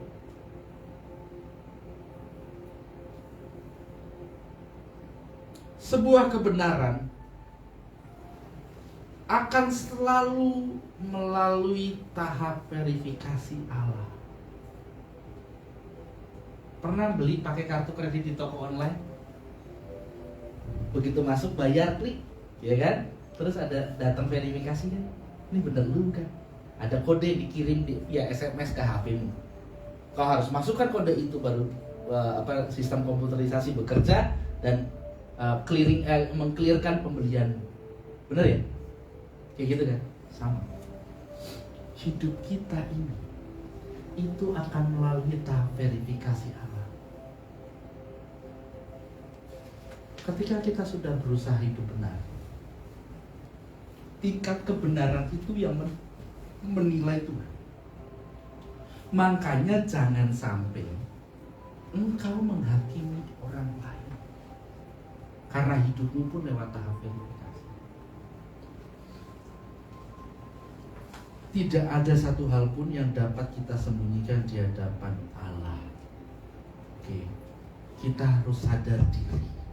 Kita harus sadar kodrat. Makanya hari ini saya ngajak Bapak Ibu, saudara-saudara sekalian, yuk kita buka topeng, supaya Tuhan melihat wajah asli kita. Dan ketika Tuhan melihat wajah asli kita, baik buruknya, kalau sudah baik, Tuhan paling tinggal moles supaya engkau tetap ganteng dan cantik. Tapi ketika wajahmu, wajah rohanimu ternyata didapati buruk rupa, biarlah engkau didandani. Tuhan punya mesin operasi plastik lebih canggih daripada Korea punya.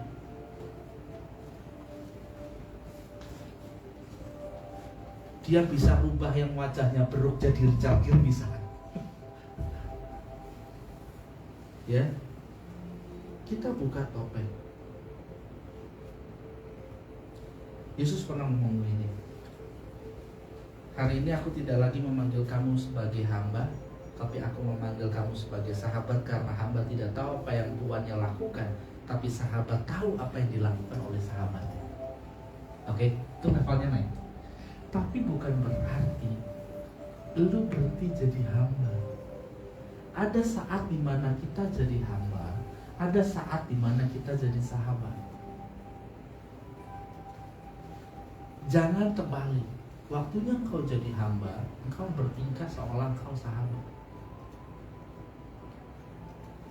Jangan sampai. Proporsinya itu nggak benar. Nah, nanti kalau kita paksakan ini, ya, namanya kita nggak sadar diri, sadar kodrat.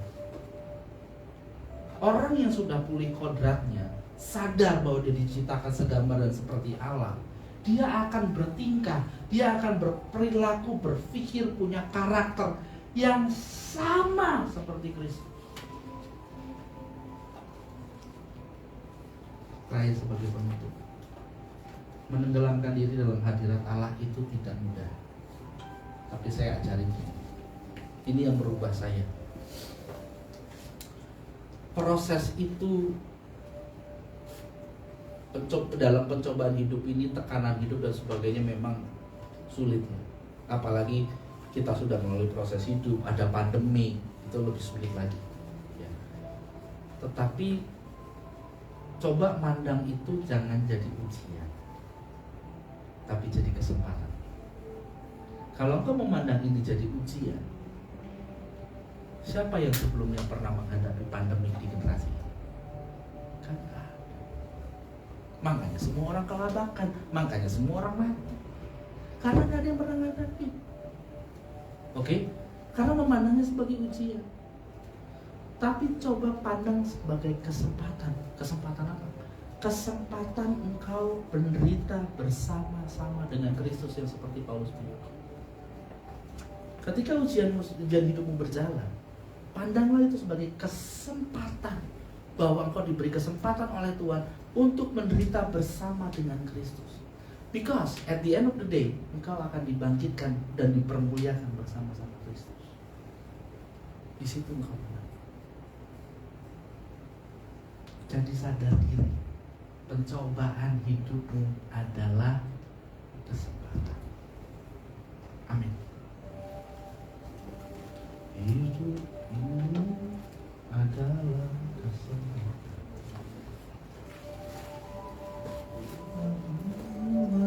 Kesempatan hidup ini ketinggian. Tadi nada apa?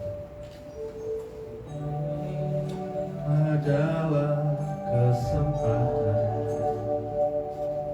hidup ini untuk melayani Tuhan. Jangan sia-siakan waktu yang Tuhan beri. Hidup ini harus jadi berkah. Kita nyanyikan sekarang.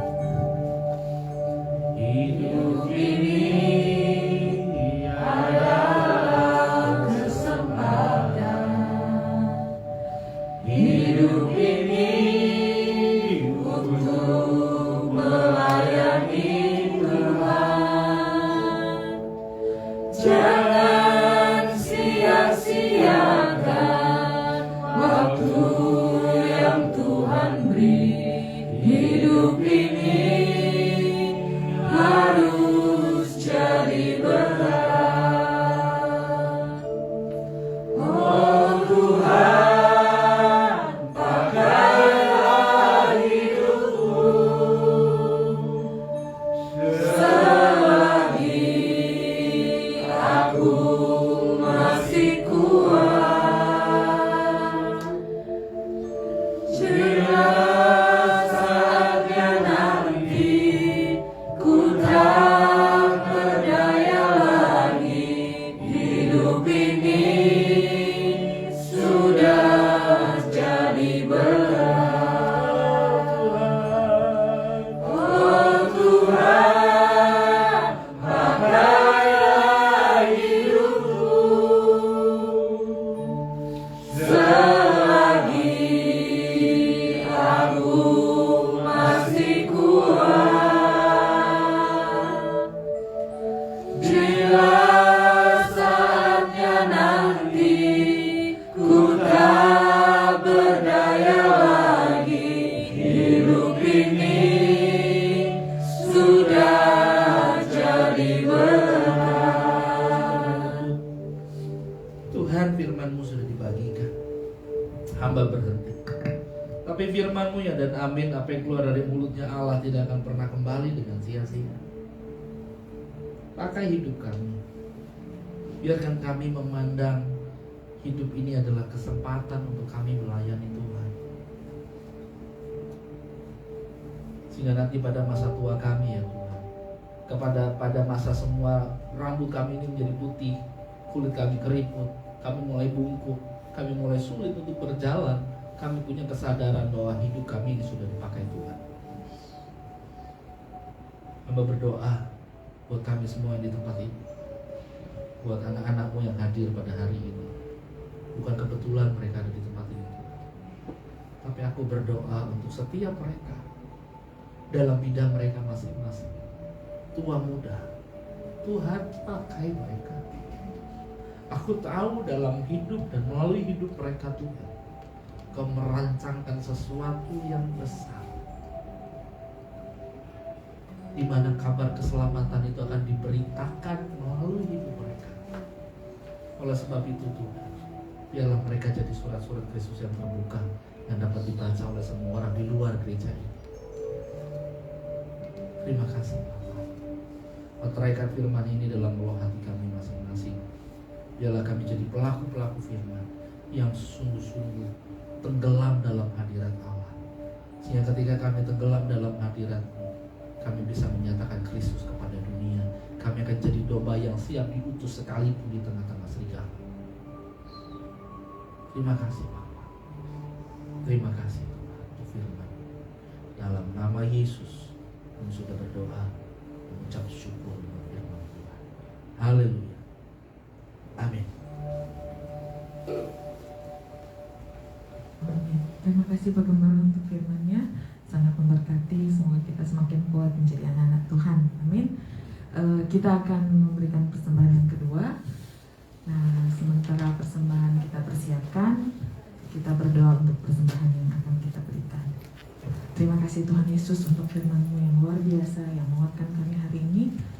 Engkau berkati Bapak Gembala yang telah membawakan firman hari ini Tuhan. Kiranya pengurapan baru-Mu tercurah atasnya Tuhan, sehingga dia hidup semakin diurapi, diberkati luar biasa untuk Engkau pakai lebih dahsyat lagi untuk memenangkan banyak jiwa. Setiap firman yang disampaikan Tuhan, kami percaya menguatkan kami yang ada di tempat ini maupun yang menyaksikan ibadah ini secara online Tuhan. Kami percaya saat ini Bapak, kami semakin dikuatkan, dan kalau kami ada yang merasa tertegur, kami percaya Tuhan, kami akan melakukan apa yang Kau inginkan dalam hidup kami. Terima kasih Bapak. Kami percaya pelayanan Pak Gembala Tuhan akan Kau berkati, banyak jiwa yang akan dimenangkan untuk kemuliaan nama-Mu Tuhan. Kesehatan, kekuatan tetap terus menjadi bagiannya. Segala fungsi dalam tubuhnya Tuhan yang tidak berfungsi secara normal, kami percaya mujizat-Mu Tuhan nyata, dan Kau akan membuat fungsi organ tubuh Pak Gem yang tidak berfungsi secara normal, Kau kembalikan secara normal kembali di dalam nama Tuhan Yesus, sehingga dia lebih maksimal lagi Tuhan dalam melayani Engkau. Jadi segala sakit penyakit yang ada dalam tubuh Pak Gembala disembuhkan dalam nama Tuhan Yesus. Terima kasih Bapak. Saat ini Tuhan, kami akan memberikan persembahan. Kami percaya apa yang akan kami berikan nanti ini Tuhan akan kami bisa mengambil bagian Tuhan dalam pelebaran kerajaan-Mu di muka bumi ini lewat pelayanan gereja JKMCC. Tuhan, Kau berkati. Kami tahu apa yang akan kami berikan yang kecil dibandingkan segala berkat-Mu dalam hidup kami, tapi kami akan memberikan dengan tulus, memberikan yang terbaik, dan kami akan memberikan dengan ucapan syukur, karena kami percaya apa yang akan kami berikan ini Tuhan bisa memberkati banyak orang. Terima kasih Bapa, kami siap beri yang terbaik buat-Mu Tuhan, dalam nama Tuhan Yesus. Haleluya. Amin. Sementara persembahan dijalankan, saya akan membawakan pengumuman. Pengumuman bisa ditampilkan.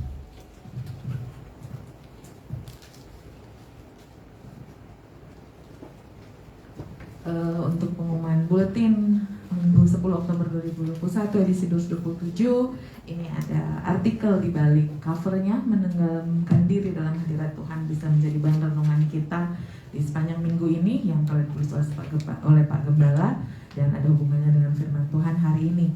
Dan pengumuman pertama untuk ibadah Minggu Raya tanggal 17 Oktober 2021 jam 10 pagi untuk Puri Indah. Untuk Cikarang akan dilayani oleh Bapak Gembala. Jadi nanti hari Minggu depan Pak Gembala akan khotbah di Cikarang. Dan untuk di Puri Indah di tempat ini yang akan khotbah adalah saya sendiri.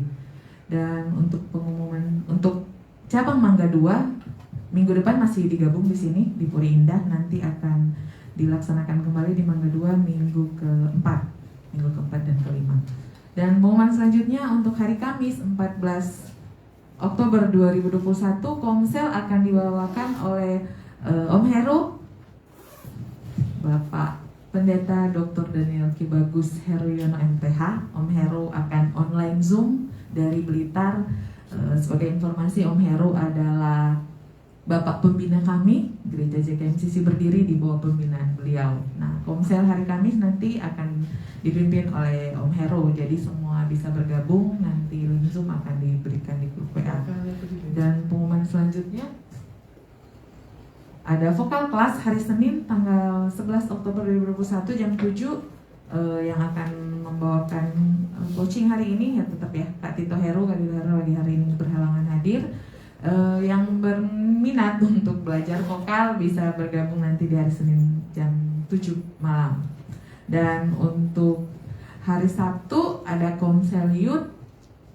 Komsel Youth itu 2 minggu sekali diadakan, dan minggu kemarin, Sabtu kemarin libur, dan Sabtu besok pembicara adalah Kak Kristi Natalia.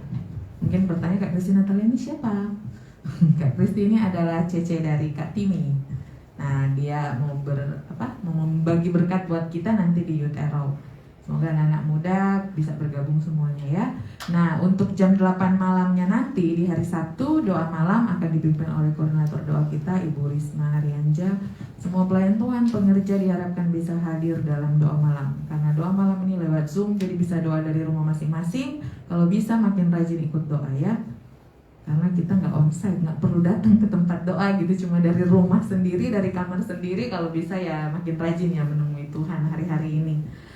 Dan pengumuman selanjutnya Bible Class nanti sudah ada ya. Bible Class sudah mulai hari Sabtu kemarin jam 2 siang oleh Om Kris. Untuk materi sekarang yang mulai dijalankan adalah tentang keselamatan, soteriologi. Jadi yang bisa bergabung, bisa belajar lebih dalam lagi tentang firman, bisa bergabung di Bible Class ini.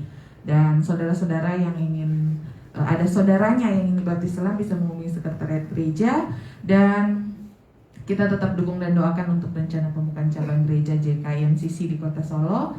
Semoga Tuhan memberikan waktu yang terbaik. Kita tetap terus berdoa. Dan pengumuman selanjutnya, kami semua, gembala dan pengerja juga jemaat JKMCC mengucapkan selamat hari ulang tahun kepada adik Okto, Jeffrey Oktovianto, anaknya Pak Saribumi dan Ibu Intan yang hari ulang tahun 2 Oktober kemarin. Dan kepada Stephen yang ulang tahun tanggal 5 Oktober, anaknya Pak Slamet dan Bu Indra. Juga ada Joseph Immanuel, ulang tahun kemarin tanggal 8 Oktober hari Jumat, anaknya Bapak Agus dan Ibu Miss. Juga hari ini yang berhari ulang tahun adalah Saudari Veronica yang jemaat JKMC Cikarang. Selamat ulang tahun untuk semuanya, Tuhan Yesus memberkati. Kita akan tutup ibadah kita hari ini. Doa syafaat dan doa berkat akan dibawakan oleh Pak Gembala. Saya undang semua untuk bangkit berdiri. Kita akan angkat pujian kami memuji kebesaran-Mu. Para Pak Gembala bisa maju ke depan.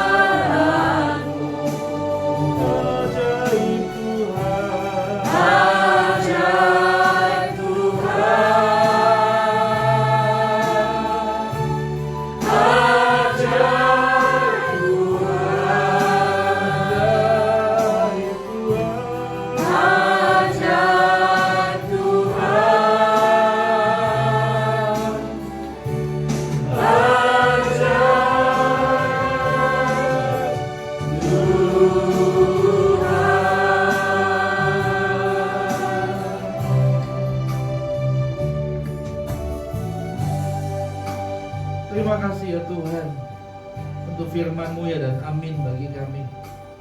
Biarlah mulai siang hari ini kami sungguh mau tenggelam dalam hadirat Tuhan. Kami mau mencari dan mendapatkan Tuhan. Karena kami tahu ketika kami datang kepada Tuhan, Engkau juga akan datang kepada kami dan menyatakan hal-hal yang tidak diketahui orang, menyatakan rahasia-rahasia kerajaan Allah, supaya hidup kami ini berguna bagi kemuliaan Tuhan dan juga berkenan di hati Tuhan. Terima kasih ya Tuhan.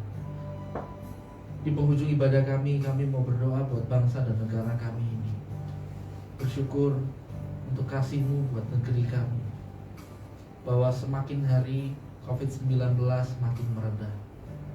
Tuhan, kalau bukan karena Tuhan, maka seluruh bangsa ini dari Sabang sampai Merauke pasti akan terdampak, pasti akan kena dengan virus ini. Tapi karena kasih-Mu bagi kami, bagi bangsa ini, itulah sebabnya Engkau meredam virus ini. Terima kasih ya Tuhan. Kami juga bersyukur untuk kerja keras daripada pemerintah kami di bawah kepemimpinan Presiden kami, Presiden Joko Widodo.